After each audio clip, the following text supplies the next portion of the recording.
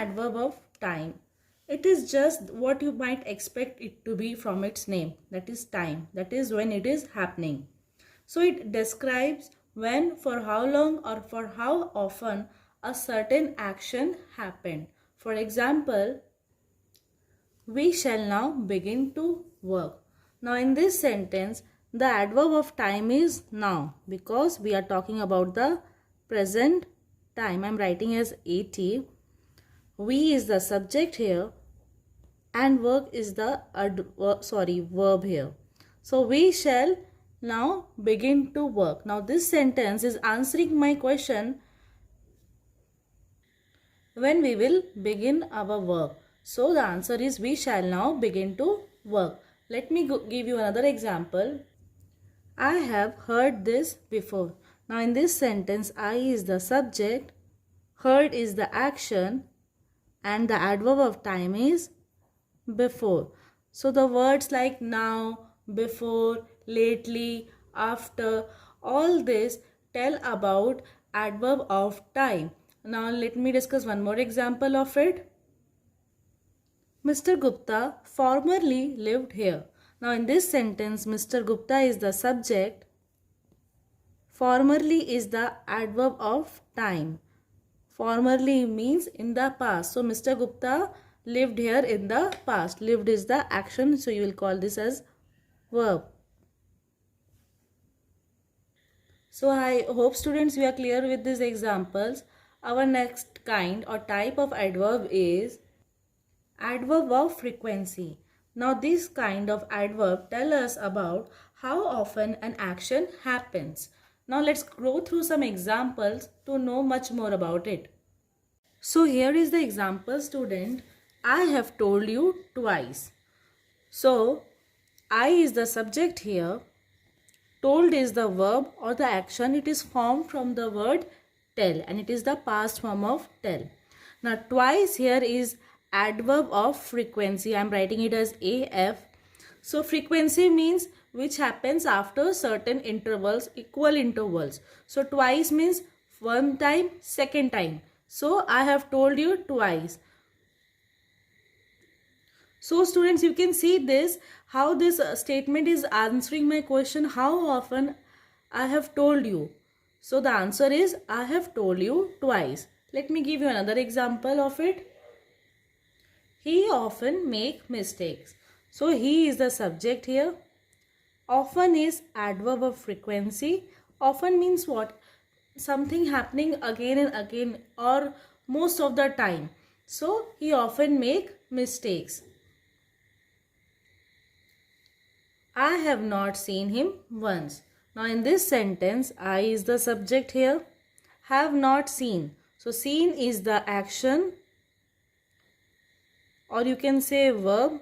Oh sorry, I have written A here. It should be verb. Once is the adverb of frequency. Now, what is the sentence is conveying here? That I have not seen him once. That means he has never seen the person. So if I ask the question, how often you have seen him? What will be the answer? I have not seen him once. So with this examples, you are clear with adverb of frequency. Our next adverb or the next kind of adverb is adverb of degree. Adverb of degree or quantity. So generally it tells us about the intensity of something. These are usually placed before the adjectives, adverbs or verb. They modify, although there are some exceptions. The words like to, enough, very and extremely are examples of adverb of degree or quantity. So children, you might be thinking why quantity is mentioned here. So here quantity means to what extent, very much, how much, all these come in adverb of degree or quantity. I'll give you some examples, you will be clear about it. So you can see the example here. He was too careless. Now in this sentence, he is the subject. To is the adverb of degree. I am writing as AD. And careless is the adjective. So in this sentence, too denotes very much. He was too careless, or you can say he was very much careless. So here the adverb of degree used is too. So children, you can see I have written one more example. These mangoes are almost ripe. So here mangoes are the subject, are almost ripe. So almost is the adverb of degree and ripe is the adjective. Now almost means what? It means nearly ripe, not completely but nearly ripe. So these mangoes are almost ripe. The sea is very stormy. So in this sentence we are talking about sea. So sea is the subject here. Is very stormy. So very is the adverb of degree. Stormy is the adjective here. So I hope children you are clear with adverb of degree. Now we'll move to our next kind or type of adverb, that is adverbs of reason. Now with the name itself we can know it aims or target behind the happening of a particular action. So words like hence, therefore, so, since, thus, because, consequently, but also, etc. are examples of it. Now let me put these examples in sentence. So here is the example. Because I was late, I jogged a little faster. So here I is the subject, was late. So because is the adverb of reason. We use because to clarify our reason. So because I was late, I jogged little faster. Jogged is the verb here, that is the action performed by me. So henceforth I am giving the reason here. Because I was late, I jogged a little faster. So here is the next one. He therefore left the school. Now in this sentence he is the subject here. Therefore is the adverb of reason.